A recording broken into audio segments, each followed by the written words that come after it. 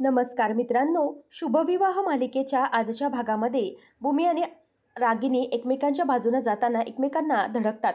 त्याच वेळेला आता भूमी बाजूला बघते तर तिथे रागिनी असते. रागिनी भूमीला बघून खूपच धक्क्यात जाते आणि ती घाबरते. त्याच वेळेला ती आता म्हणते की रागिनी आत्या, तुम्ही इथे काय करताय? त्याच वेळेला आता रागिनी घाबरते. आता काय बोलावं तिचं तिला काहीच कळत नाही. नंतर ती म्हणते की आत्या, तुम्ही इथे काय करताय या तांडेलच्या वसाहतीमध्ये? त्याच वेळेला तिला आता अशा प्रकारे प्रश्न पडलेला असतो की आत्याचं नेमकं इथे काय चाललंय. आता रागिनी सारवासारव करत म्हणते की अगं, मी इथे या वस्तीत नाही काय, या वस्तीच्याच मागे बघ, इथे बंगल्यांची रांग आहे. तिथेच एका बंगल्यामध्ये भाटिया वकील राहतात. फार नामवंत आहेत अगं ते वकील. त्या वकिलांकडे मी भेटायला आले होते आकाशच्या जामिनाबद्दल बोलण्यासाठी. तेव्हा मग आता ती म्हणते की भेटले का मग ते वकील? तेव्हा रागिनी म्हणते की नाही गं, नाही भेटले ते वकील.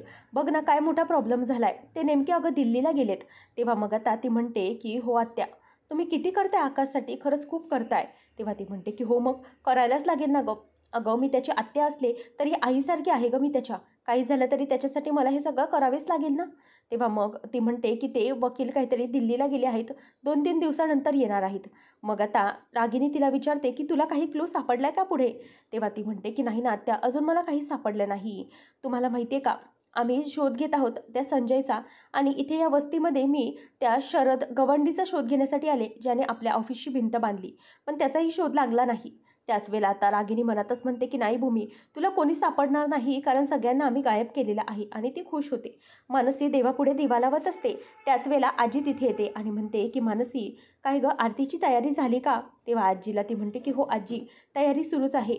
आणि मग नंतर मानसीला ती विचारते की भूमी आली काय गं? तेव्हा भूमी तितक्यातच येते. भूमी आल्याबरोबर आजी तिला विचारते की भूमी बाळा, काही पुरावे सापडले का गं? कशाचा शोध काही लागला का? तेव्हा भूमी म्हणते की नाही आजी, अजून तरी काहीच नाही.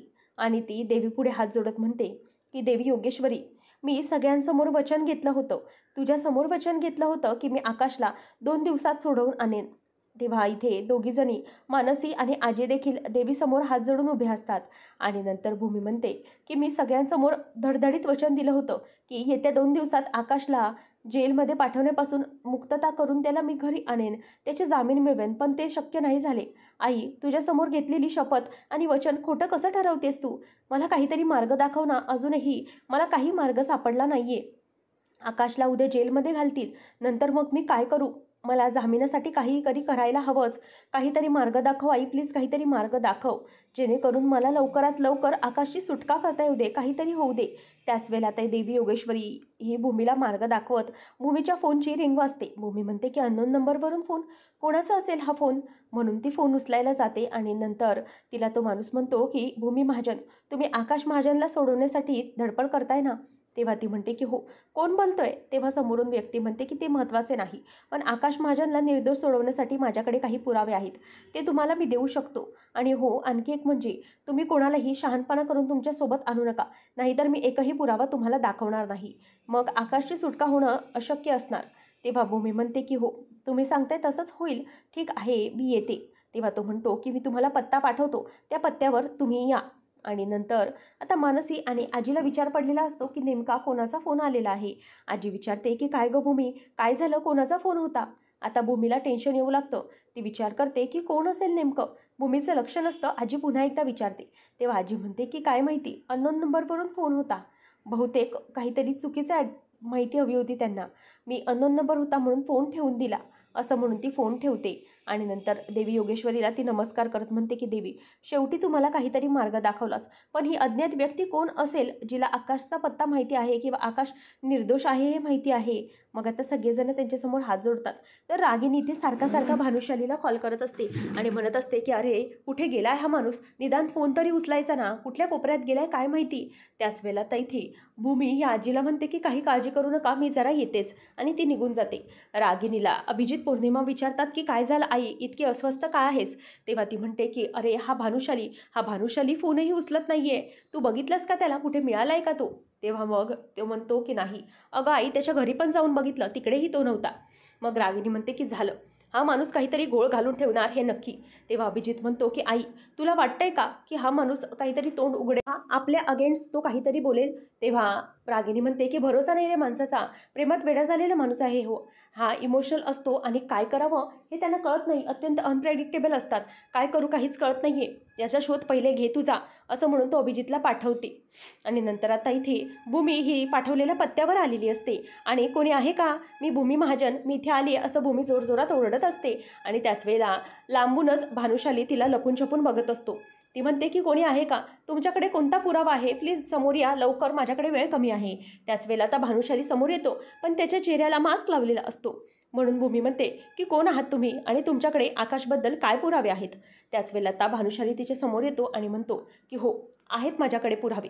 आणि असं म्हणून तो आता मागे वळतो आणि काहीतरी पुरावे आणायला जातोय असं दर्शवतो. आणि त्यानंतर आता भूमीला म्हणतो की मी तुम्हाला काहीतरी किंमत मोजावीच लागेल, नाही म्हणजे तुम्हाला काहीतरी हवं आहे तर तुम्हाला किंमत द्यावी लागेलच ना, असं तो भूमीला म्हणतो. आणि तिच्या जवळ जाण्याचा तो आता प्रयत्न करू लागतो. आणि आता तिच्या जवळ जाऊन तो तिच्यावर जबरदस्ती करायला लागतो. आणि ती म्हणते की कोण आहात तुम्ही आणि तुम्हाला काय पाहिजे नक्की, का असं करताय? आणि त्याच वेळेला आता भूमी त्याला जोरात मागे ढकलून टाकते. आणि तो म्हणतो की मॅडम, तुम्हाला जर पुरावा हवा आहे तर हे सगळं तुम्हाला करावंच लागेल. तेव्हा मग भूमी म्हणते की कोण आहेस तू, आणि त्याचा मास्क ती काढायला झटपट करू लागते.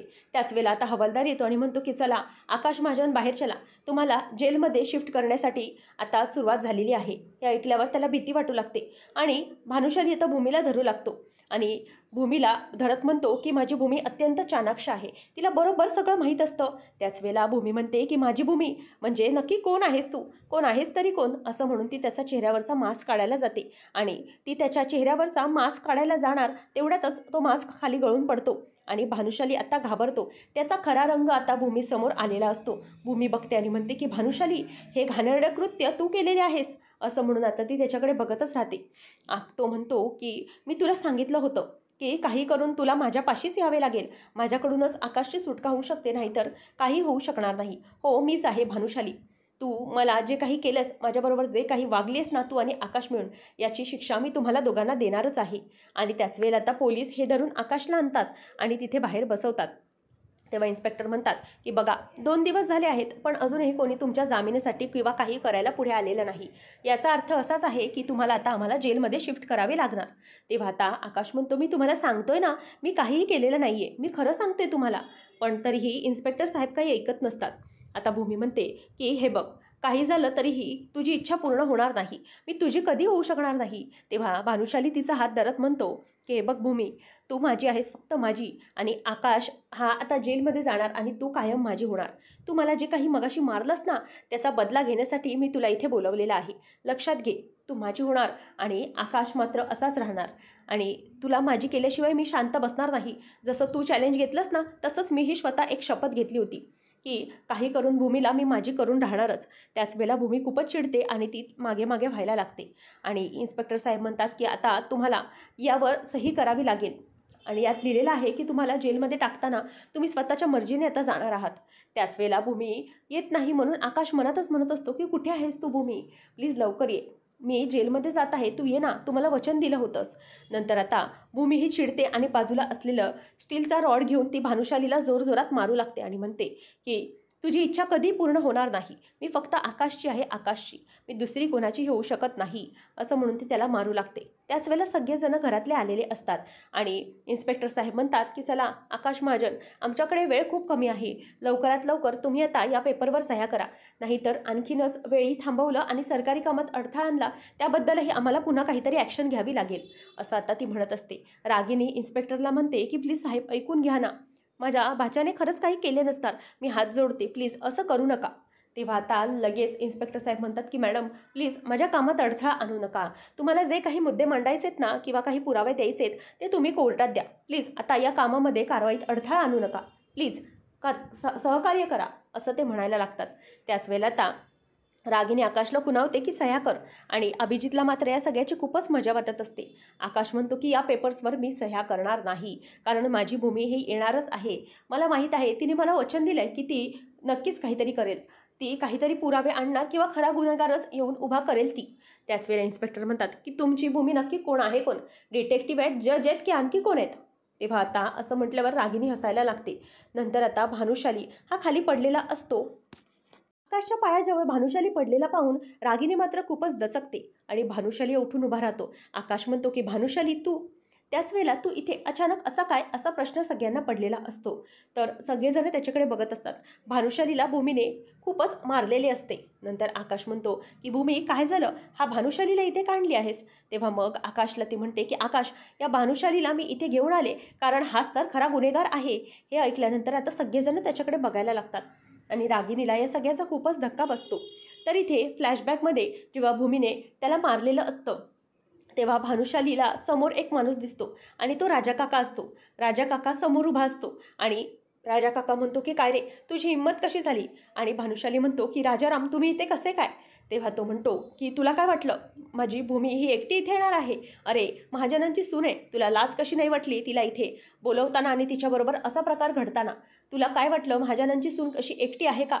अरे तुला आता अडकवणारच मी, तेही 2-2 गुन्ह्यांमध्ये. त्याच वेळेला लगेच भूमी म्हणते की इन्स्पेक्टर साहेब, फक्त राजा काकाच नाही आहे, आणखी 2 आहेत जे यांच्याबद्दल तुम्हाला पुरावे देऊ शकतात. त्याच वेळेला आता भूमी म्हणते की राजा काका, बरं झालं मी तुम्हाला लाईव्ह लोकेशन पाठवलं, नाहीतर हा नराधम काही करू शकला असता.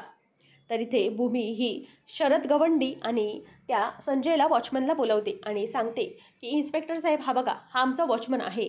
ज्या वॉचमनने आमच्याकडे भिंत बांधण्यासाठी या गवंडीला ॲक्सेस दिला आणि या सगळ्यात या प्रकारात याला काम दिलं होते ते म्हणजे या भानुशालीने. त्याच वेळेला आता लगेच भानुशाली म्हणतो की ही यांचीच माणसं आहेत, हे मला अडकवत आहेत.